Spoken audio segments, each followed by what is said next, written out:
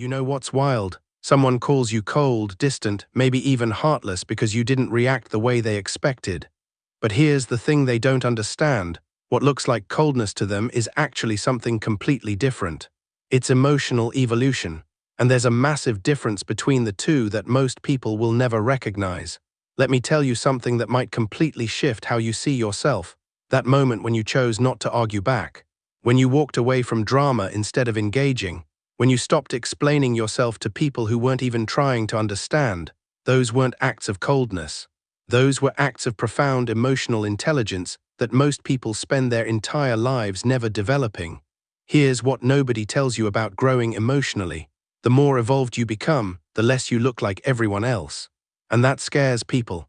Because when you stop playing the games they're still stuck in, when you stop feeding into the chaos they're addicted to, they don't know what to do with you. So they label you, they call you cold, detached, too logical, too calm, but what they're really saying is that you've outgrown the emotional patterns they're still trapped in. Think about the last time someone got upset with you for not getting upset with them. Sounds ridiculous when you say it out loud, right? But it happens all the time. Someone wants to pull you into their emotional tornado, and when you don't bite, when you stay grounded, suddenly you're the bad guy. Suddenly you don't care enough, but that's not what's happening at all. Let me break down the first major sign that you're emotionally evolved, not cold. You've developed what psychologists call emotional regulation, but here's what that actually looks like in real life. Someone says something hurtful to you, and instead of immediately firing back, instead of letting that comment ruin your entire day, you pause. You feel the emotion, you acknowledge it, but you don't let it control you. You choose your response instead of just reacting, and this is where people get confused. They see your pause as indifference. They interpret your thoughtful response as lack of caring, but the truth is the complete opposite. You care so much about your own peace, about not saying things you'll regret, about not making situations worse, that you've learned to create space between what happens to you and how you respond. That's not coldness, that's mastery. Here's a real example. Let's say a family member criticizes your life choices at a dinner. The old you, the less evolved version, might have gotten defensive immediately, raised your voice, started listing all the reasons they're wrong, created a scene that everyone would remember for months. But the evolved you might just say something like, "I appreciate your concern, but I'm comfortable with my decisions." And then you move on. You don't need to convince them. You don't need to defend yourself for 20 minutes.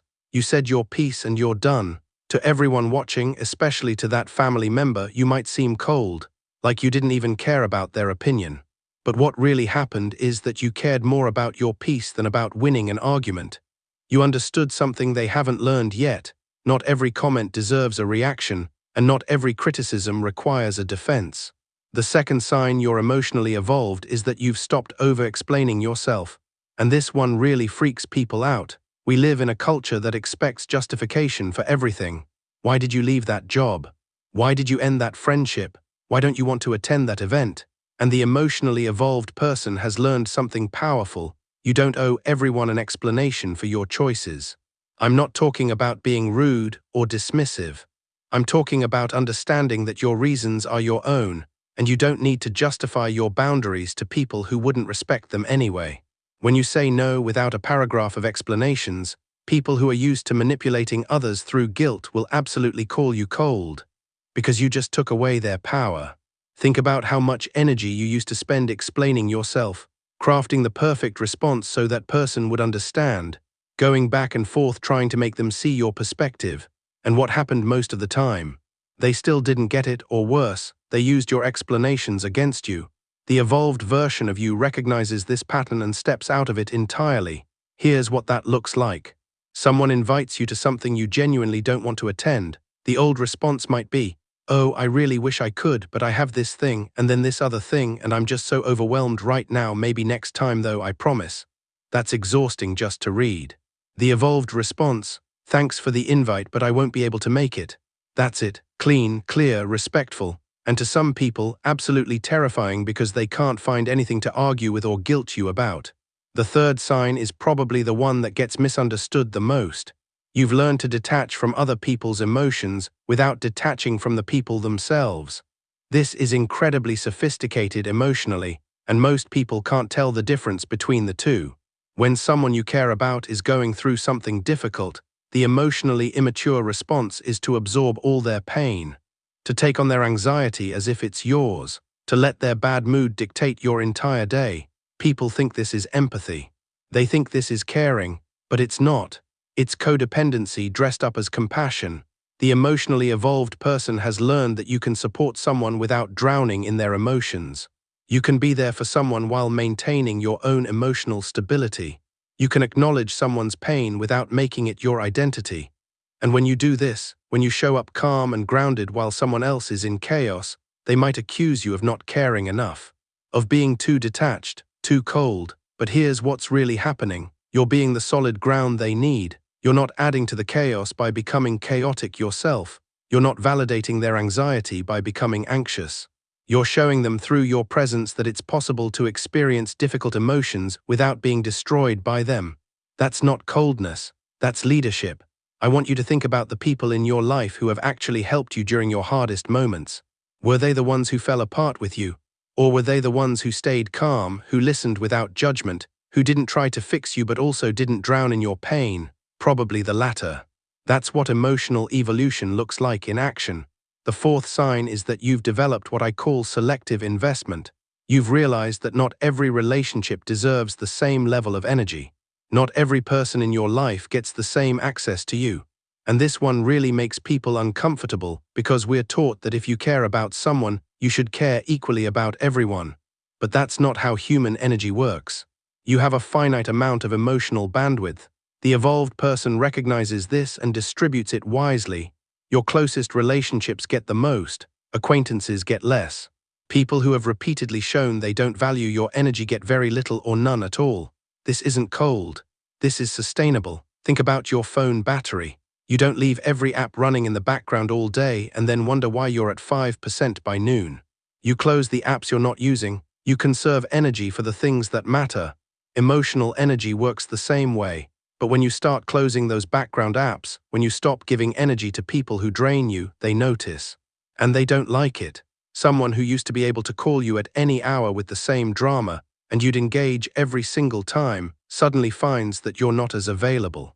You might listen once, offer support, but when they come back with the same situation and no intention of changing anything, you pull back. Not because you don't care, but because you've learned that you can't care for someone more than they care for themselves. And that looks like coldness to people who are benefiting from your unlimited emotional labor. Here's the fifth sign, and it's a big one. You've stopped trying to maintain relationships that require you to shrink yourself. The emotionally evolved person has learned that real connection doesn't require you to dim your light, hide your success, or pretend to be less than you are.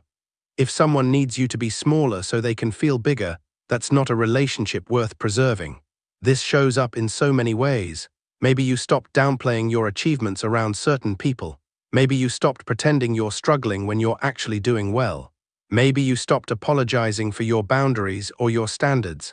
And the people who are comfortable with the smaller version of you absolutely see this as you being cold or changed or not the same person anymore.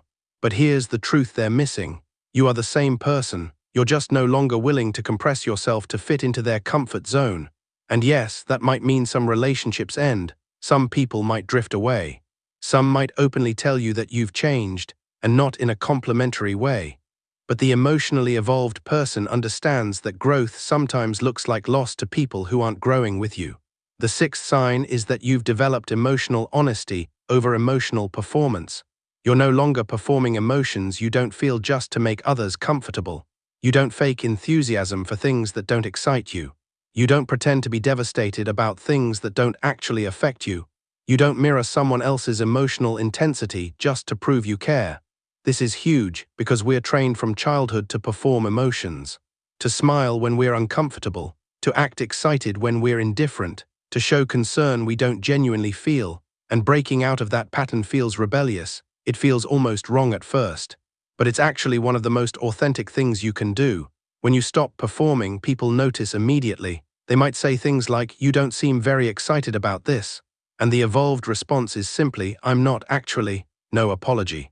No performance, just honesty. To some people this reads as cold, but what it actually is real. And real makes people uncomfortable when they're used to performance. The seventh and final sign that you're emotionally evolved, not cold, is this. You've learned that setting boundaries is an act of love, not rejection. Every time you say no to something that doesn't serve you, you're saying yes to your own well-being. Every time you establish a limit, you're teaching people how to treat you. Every time you walk away from what hurts you, you're moving toward what heals you. But here's what makes this so challenging. Boundaries feel like rejection to people who benefited from you having none. When you start saying no to last-minute demands, to emotional dumping, to being the free therapist or the constant rescuer, the people who took those things for granted will absolutely frame you as cold or selfish or changed. And maybe you have changed. Maybe you've changed from someone who said yes to everything into someone who understands that no is a complete sentence. Maybe you've changed from someone who absorbed everyone's problems into someone who recognizes that helping doesn't mean fixing. Maybe you've changed from someone who needed everyone to like them into someone who values peace over popularity. That's not cold. That's called growth. That's called knowing your worth. That's called emotional evolution. Here's what I need you to understand. If you recognize yourself in these signs, you're not broken. You're not too much or too little. You're not cold or heartless or any of the other things people might call you when they're uncomfortable with your growth. You're simply operating from a level of emotional maturity that looks foreign to people who haven't reached it yet. The emotionally evolved person understands that they don't need to convince anyone of their warmth. They don't need to prove their capacity for feeling. The people who truly know them, who have earned access to their inner world, see the depth, the care, the profound empathy that exists there. And those people don't mistake boundaries for coldness. They don't confuse peace for indifference. So if someone calls you cold, maybe the real question isn't whether you're cold. Maybe it's whether they're uncomfortable with the fact that you're no longer warm in ways that deplete you. If this resonated with you, subscribe for more psychology content that helps you understand yourself better.